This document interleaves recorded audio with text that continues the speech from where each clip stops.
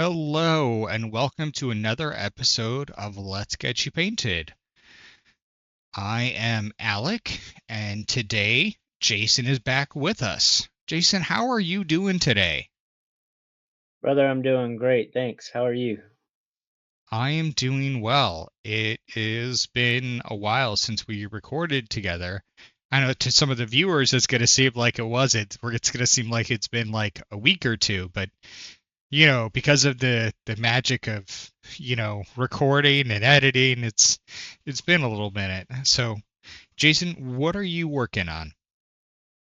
I'm still working on this Goblin Blood Bowl team that's going to be given away at Chaos Cup in Mm-hmm. about 4 months. So, need to get cracking. Definitely. And then what I am working on is I am working on some terrain for the Iron Kingdom's Requiem one shot that is going to be at the Nova Open in the War Machine area, which is being hosted by the Tried and Troop folks. So this is one of the buildings that is going to be used in the event. So it's really cool that the event is not Theater of the Mind. It's actually using minis. And instead of 1 inch, or I'm sorry, instead of one square being moved, 1 inch equals, um, just blanked on it. 1 inch equals 5 feet. So your movement, whatever your movement would be, is um, 5 feet. So you have to do a little bit of math, but it's okay. Like it's kind of similar to what you would be doing in War Machine and how you do it. But if your character can go 30 feet, you can go 6 inches. And I know I'm a little bit slow. There's been some other real world things that have been going on, so I apologize if I'm a little slow and stuff like that. Um, like I said, some real world stuff's been going on since the last recording I did. Um, but it's a really cool thing, and I'm really excited to show everyone. So it's a little bit it's just a minor adjustment to Iron Kingdom's Requiem. It's a similar thing that what we used to do in Full Metal, um, which was the 2d6 system for War Machine.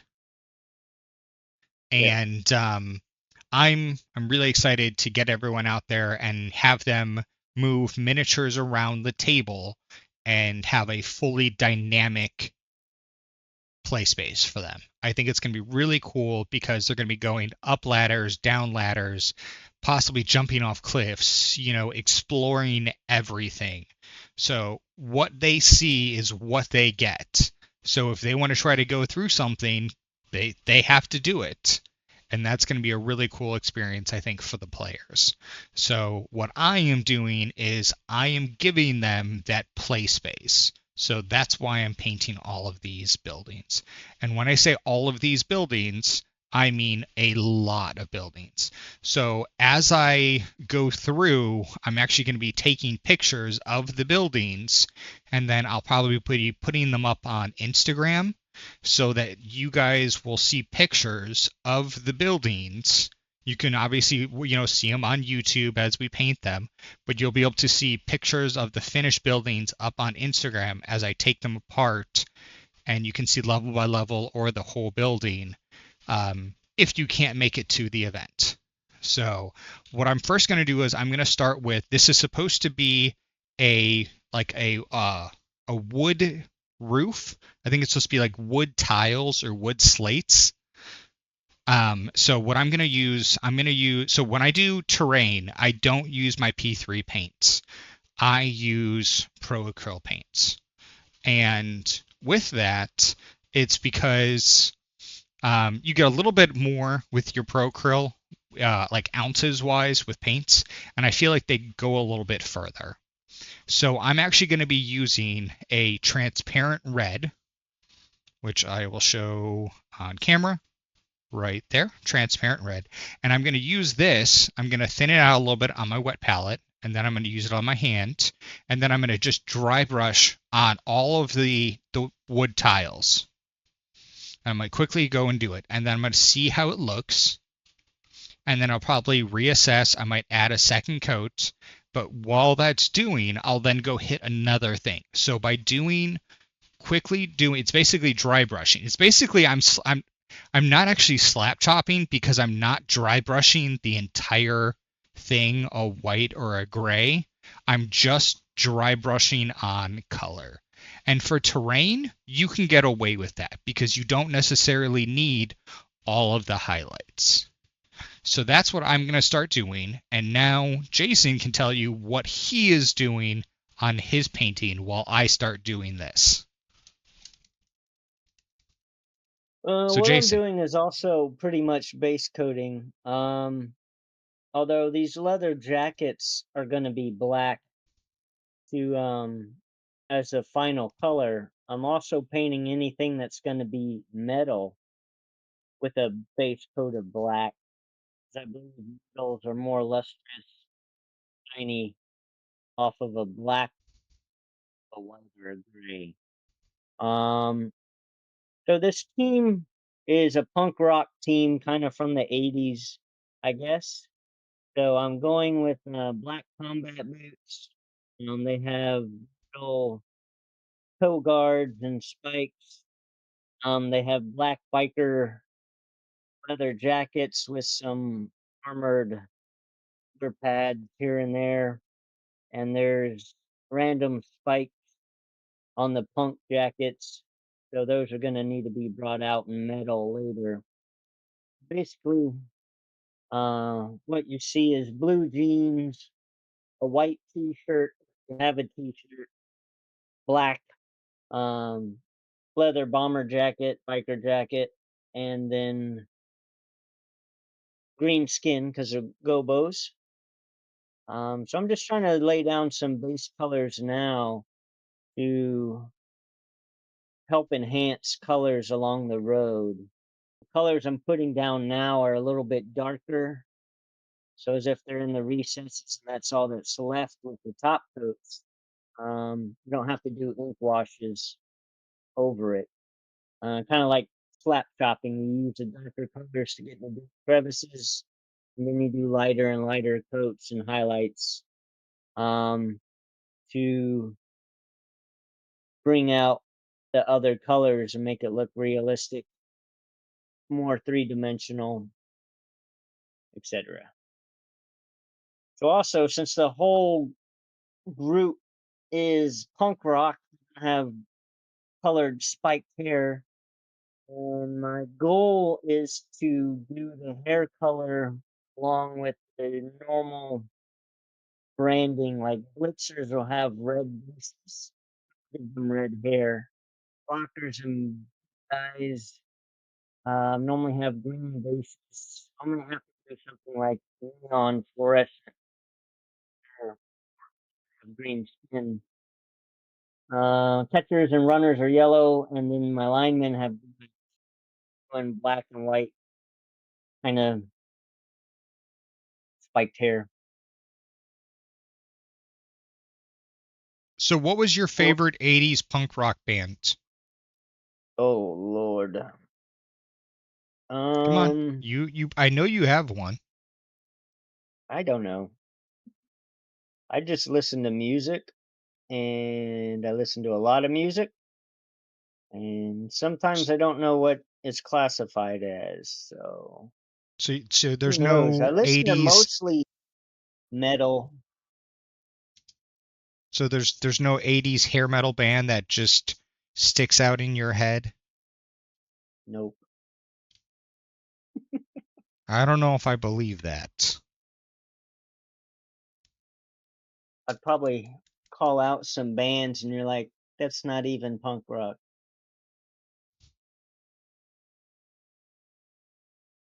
Name a couple, buddy.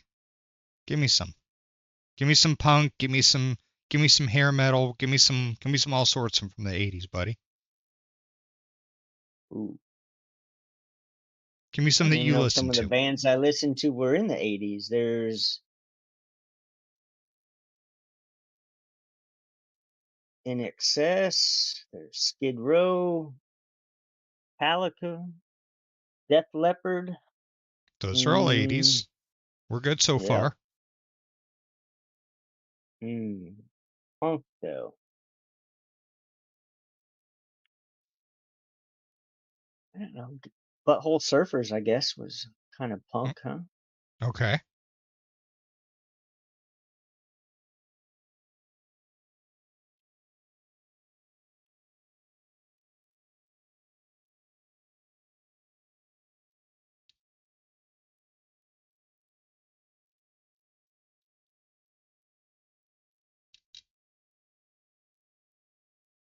Were you a fan of Henry Rollins and his band? Always. I thought you would be. You strike me as the type. And I don't mean that an insult at all. I mean that as a compliment. Uh huh.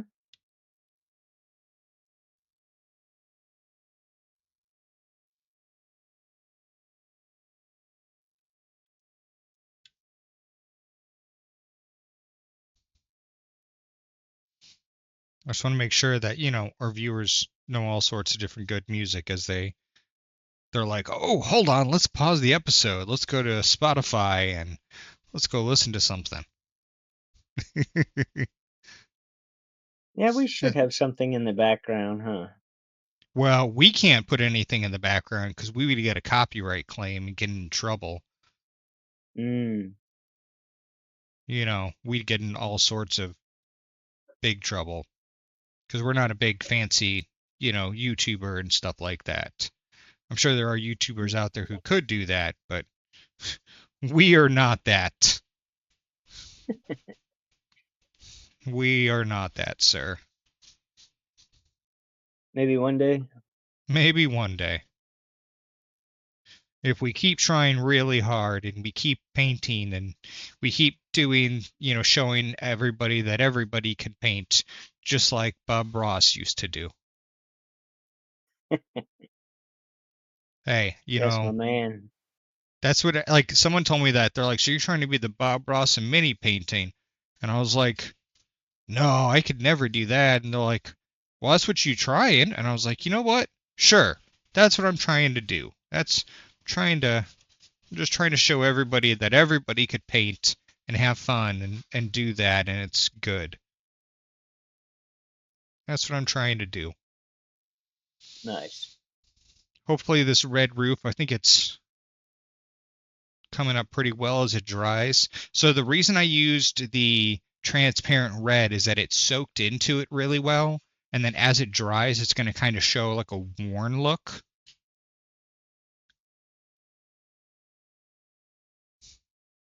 And I think it's going to go quite well with what I'm trying to do. Should allow the black that you already have in the cracks show through too. Yeah, very much so. I might actually go through and just hand paint a little bit of the wood that's showing through, like the rafters, just very lightly, just to bring that out.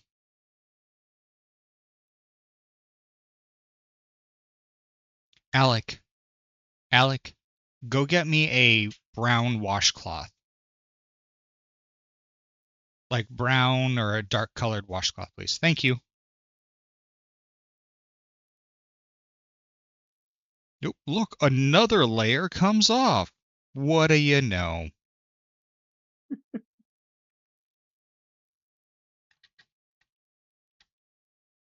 Thank you. Mm.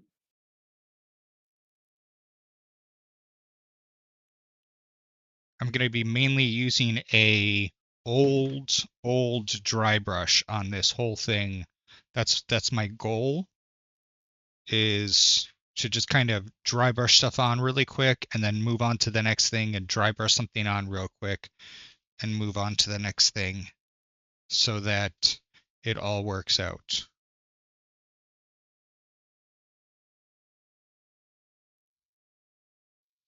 I got to make sure the wife stays updated so she knows everything that's going on and stuff like that.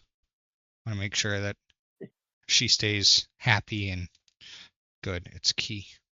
All right. The next thing I have to update. So, next thing I'm going to do, and so I'm going to try it on the chimney. So, the chimney, I'm going to use the Pro Curl Ivory, and I'm going to do it on the stone. Now, I'm going to do it light because afterwards I'm going to hit it with a combination of very lightly of different transparent brown and then transparent black.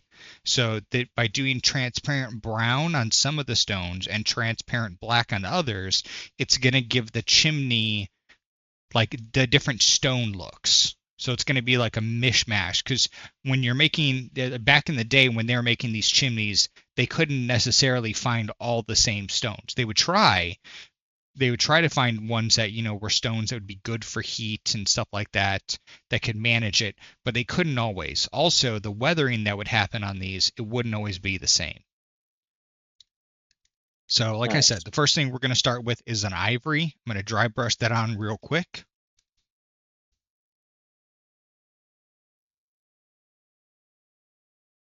Just need a very little bit.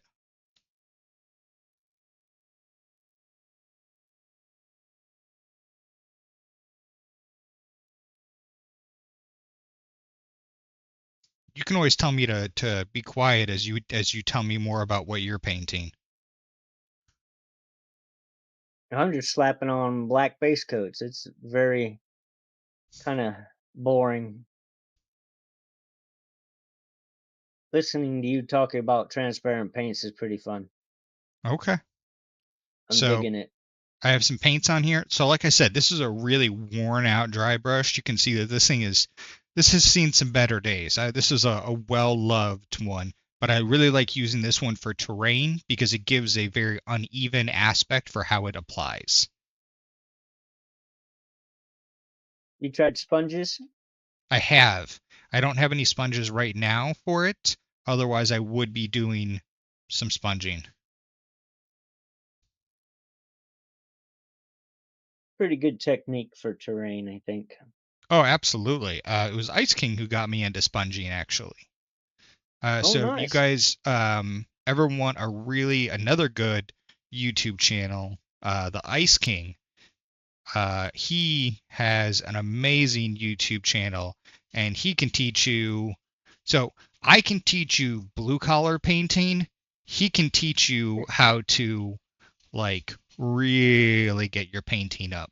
So if you want to go for that golden demon, Ice King can teach you. If you want if you want to learn how to just get your stuff painted, that's I'm your man. And you know, for everyone has a purpose, and I know mine, and I am perfectly okay with that. But yeah, Ice King is another great channel. Like he knows that man knows how to paint. That man knows how to paint. And he sponges, he paints, he does basing. So yeah, so if anyone has a chance, go check out the Ice King. He streams as well. His backlog is really good and informative. So here, you can see I dry brushed it on, so not all the stones got hit. Little uneven set. But you can see that that makes the fireplace look a little different. Now, so we're going to let the fireplace dry. I'm going to wash my brush again.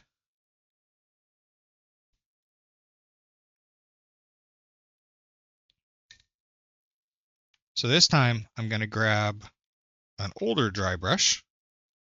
If I can get it out.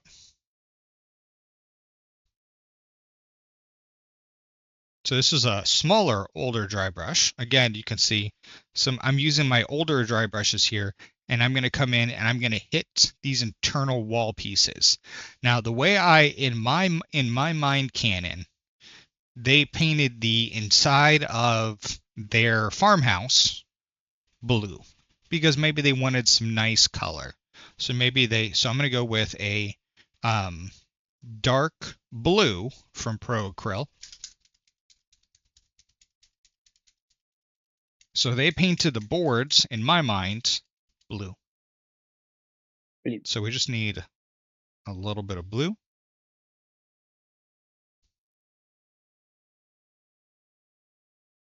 And the best part is, maybe I don't like this color, and I put it on. I'm like, ugh, that didn't work.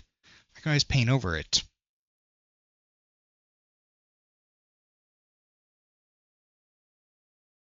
So I'm thinning it out a little bit right here on the palette so that when I come in, not too heavy. And then again, I'm just going to apply it. But remember, this is a worn out farmhouse, so some of the blue is worn away. It's not all beautiful as it was. It's not a farmhouse in its prime. It's not beautiful, as it is. Yeah. Something I happened to see. this place. There's a story here on what it is. And when you paint things like this, not only am I going to have an idea in my head on what happened, but when a player is at the table and they're looking, they're going to get an idea. And that's a really cool idea. I'm sorry, you were saying something, Jason. I spoke over you. I apologize, sir. Oh no, you're fine. You're describing what you're doing. That's what we're here for. So right now I'm painting a token piece that's used off really kind of out of the game to mark the score or the turn or the number of rerolls. And I painted it black, and you're not going to see much black. It's just going to stay in between the links of the chain. I think it's a chain wrapped around a ball with a mohawk maybe. So the black is just to make the silver that's coming on the chain look more lustrous.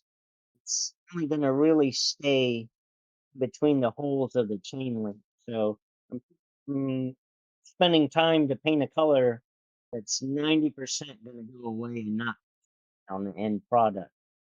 A lot of times you have to do that to I saw somebody paint an orc the other day, and they started with a purple, and then they worked their way up through the flesh tones. And it's really important to understand how your base colors are going to affect the overall product, and if they're mostly not going to be seen in the final layer. Absolutely. Also, sometimes it's a little bit of time management. What are you going to do versus what is someone going to see at the final layer?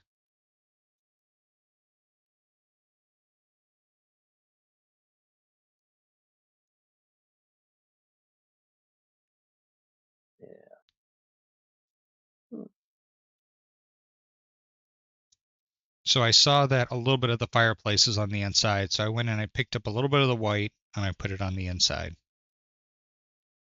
So we have a little bit of blue. A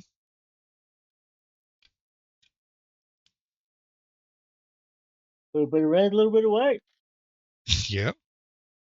Very American. All right. I am looking for warm brown. Now, so on the inside boards, I'm going to go with warm brown because I figure some of the inside boards are not going to be as worn as the outside boards. Now, so the outside boards, I'm going to go with a light umber. So you can see they're both browns if you look, but this one's a little bit more worn. So the idea is that some of these boards on the inside are going to be a little bit less worn by weather and time. Now, some of the ones near the edge, I actually am going to switch to a light umber, but the ones that are deeper in, I'm going to go with a warm brown because they haven't been, maybe snowed on, they haven't been rained on as much, things like that. They haven't been exposed to the sun as much.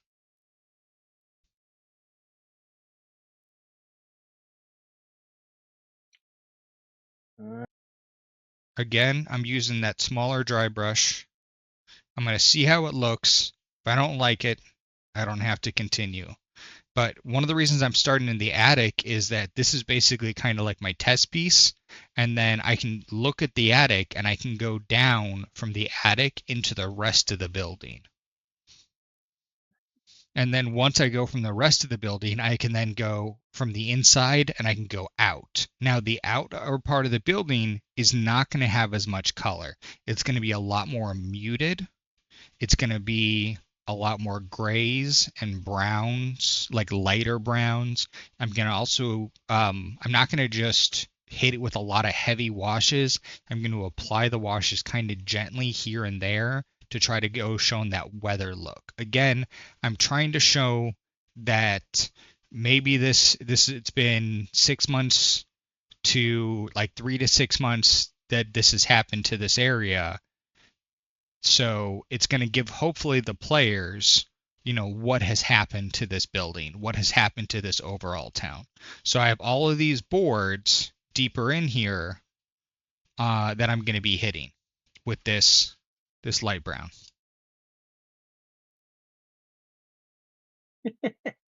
so I totally grabbed the wrong black. That's I okay. grabbed Happy Privateer little Press mistakes, man. Happy little mistakes.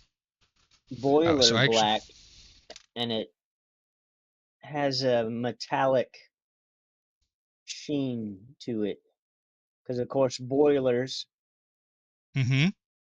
I so love boiler totally black. not leather looking.